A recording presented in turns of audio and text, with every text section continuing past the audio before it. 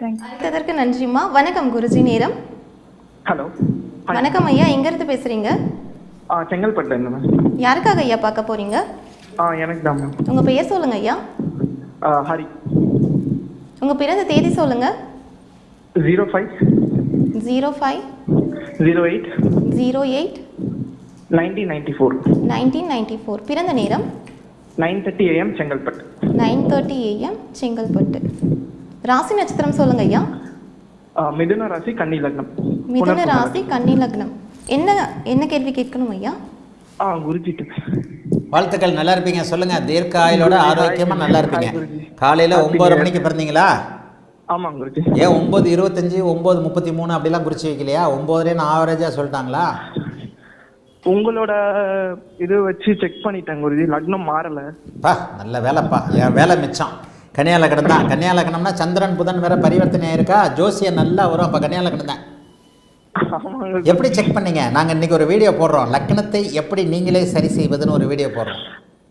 நீங்க சொல்லியிருக்க அந்த தசாபுக்தி அமைப்புகள் வச்சு என்னென்ன நடந்ததுன்னு செக் பண்ணி பார்த்தேன் குருஜி. கரெக்டாக இருந்துச்சு. கன்னியா லக்னம் தான் கரெக்டாக வந்தது இல்லையா? இப்போ சனி திசையில் உங்களுக்கு குரு புக்தி நடந்துகிட்டு இருக்கு. சனி திசை அப்படிலாம் ஒன்றும் பெரிய யோகங்களை செஞ்சுருக்காது. நல்ல வேலையாக குருவின் பார்வையில் இருக்கிறனால பாதிப்பு எதுவும் இல்லை. புதன் திசை தான் உங்களுக்கு யோக திசை. ஆமாங்க குருஜி. அதுதான் ஒரு 4 கொஸ்டின்ஸ் இருக்கு. வேற ஒன்றும் குருஜி. சனி 8ஆம் இடத்தை பார்க்கவே கூடாதுன்னு அது சுபத்துவமா? சனி 8ஆம் இடத்தை பார்த்தா 120 வயசுல இருந்து 30 மார்க்கு குறையும். 90 வயசு போரும். 90 வயசு நமக்கு. குருவம் 8ஆம் இடத்தை பார்க்குதுல. 8ஆம் அதிபதி சுபரா தானே இருக்கிறாரு. நான் கொடுத்துருக்கிற அந்த 120 வயசு செக்டாரில் கொஞ்சம் குறையும். மனுஷங்க நம்முடைய தெய்வாம்சம் பொருந்திய ஞானிகள் கொடுத்திருக்கின்ற தீர்க்கமான வயது 120 வயது. உங்களுக்கு அற்பாயில் கிடையாது. லக்னம் சுபத்துவமாகி லக்னாதிபதி பரிவர்த்தனையாகி அட்டமாதிபதி சுபருடைய வீட்டில் அமர்ந்து 8இல் குருபார்வை இருக்கின்ற காரகனை குருபார்க்கின்ற அமைப்பு உங்களுக்கு 70 வயது தாண்டும். இப்போ தான் உங்களுக்கு 30 வயசு ஆகுது. இப்போ போய் அதை பற்றி ஏன் பேசணும்?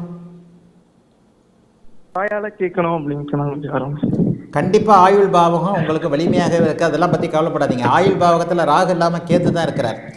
லக்னம் லக்னாதிபதி லக்ன வீடு உங்களுக்கு வலுவாக இருந்தாலே நல்லா இருக்குங்க. நல்ல அருமையான ஜாதகம். வேற ஏதாவது கேட்கணுமா? ஆமாங்க குருஜி. இப்போ மேரேஜ் பாத்துக்கிட்டு இருக்காங்க குருஜி. நீங்க எப்பயுமே சஜஷன் இல்ல ப்ரெடிக்ஷன் தான் சொல்லுவீங்க. ஸோ மேரேஜ் ஆகுமா? குழந்தை அமைப்புகள் இருக்கா? புதன் திசையில உங்களுக்கு கல்யாணம் ஆயிருக்கணும். சனி திசை குரு பக்தி கடைசியில கல்யாணம் ஆகும். அடுத்த வருஷம் இந்த வருஷம் 2026 செப்டம்பருக்கு பிறகு தான். புதன் தான் 11ஆம் இடத்துல இருக்கிறாரு. 11ஆம் இடத்துல இருக்கக்கூடிய லக்னாதிபதி தான் நீடித்த தாம்பத்திய சுகத்தை உங்களுக்கு கொடுப்பாரு. ஆக இந்த அமைப்பில் சனி திசை குரு பக்தியில் கடைசியில் கல்யாணம் ஆகும். இன்னும் ஒரு வருஷத்துக்கு கல்யாணம். இந்த செப்டம்பருக்கு பிறகு கல்யாணம் உங்களுக்கு. அடுத்த வருஷம் 2027 உங்களுக்கு கல்யாணம் ஆயிருக்கும். சரியா? ஓகே குருஜி. வேற என்ன கேட்கணும்? சந்திரபக்தி 31/8/2026. சந்திர அந்தரத்தை நோட் பண்ணிக்கங்க. ராகு அந்தரம் 2027. ஆமாம். இந்த பாருங்க, உங்களுக்கு செப்டம்பர் மாதத்துக்கு பிறகு மனைவி யாருன்னு தெரிஞ்சு அடுத்த வருஷம் இந்நேரம் உங்களுக்கு தை மாதம் கல்யாணம் நடக்கும். ஓகே குருஜி. அதே மாதிரி அமைப்புகள்ல அரசியல் வாய்ப்புகள் எதனா இருக்குங்களா? அரசியல் வாய்ப்புலாம் சும்மா நினைச்சுக்க வேண்டியதான். என்ன டிவிகே கட்சியில் இருக்கிறீங்களா? விஜய் கட்சியில? இல்ல இல்ல இல்லைங்க. பொய்யெல்லாம் சொல்லக்கூடாது.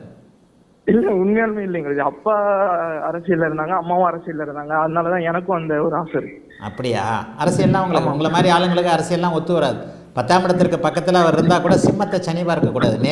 நேரான அதிகார அமைப்புகள்லாம் இங்கே கிடையாது. சூரியன் பக்கத்தில் இருக்கிறனால ஏதாவது ஒரு வகையில் அரசியல் தொடர்புகள் இருக்கும். 10ஆம் இடத்திற்கு பக்கத்தில் இருக்கிறனால நல்லா இருப்பீங்க. வாழ்த்துக்கள். புதன் தசை உங்களுக்கு மிகப்பெரிய யோகத்தை செய்யும். ராசிநாதனும் லக்னாதிபதியுமான புதன் 10, 11ஆம் இடங்களோடு பரிவர்த்தனையாகி செவ்வாய் சனி ராகு தொடர்புகளில் இல்லாமல் வெகு அருமையாக அம்சத்தில் சுக்கிரனுடைய வீட்டில் அமர்ந்திருக்கின்ற காரணத்தினாலையும் பருவத்தில் அருமையாக வரக்கூடிய, அதாவது உங்களுக்கு தகப்பனாகக்கூடிய அமைப்புகளில் வரக்கூடிய அமைப்பினாலையும் உங்களுக்கு திருமணத்திற்கு பிறகு 7ஆம் இடத்தை தனிச்சுக்கிரன் நீச்சனானாலும் தனிச்சுக்கிரனாக இருந்து பார்க்கக்கூடிய காரணத்தினாலையும் கல்யாணத்திற்கு பிறகு ஒரு பேக்ரவுண்டு நல்லபடியாக கிடைக்கும். அதுக்கு காரணம் உங்கள் மாமனார் வீடு வெயிட்டாக இருக்கும். குழந்தை பிறந்ததுக்கப்புறம் இன்னும் கொஞ்சம் சூப்பராக இருப்பீங்க. வாழ்த்துக்கள். நல்லா இருப்பீங்க. அழைத்ததற்கு நன்றி ஐயா. வணக்கம்.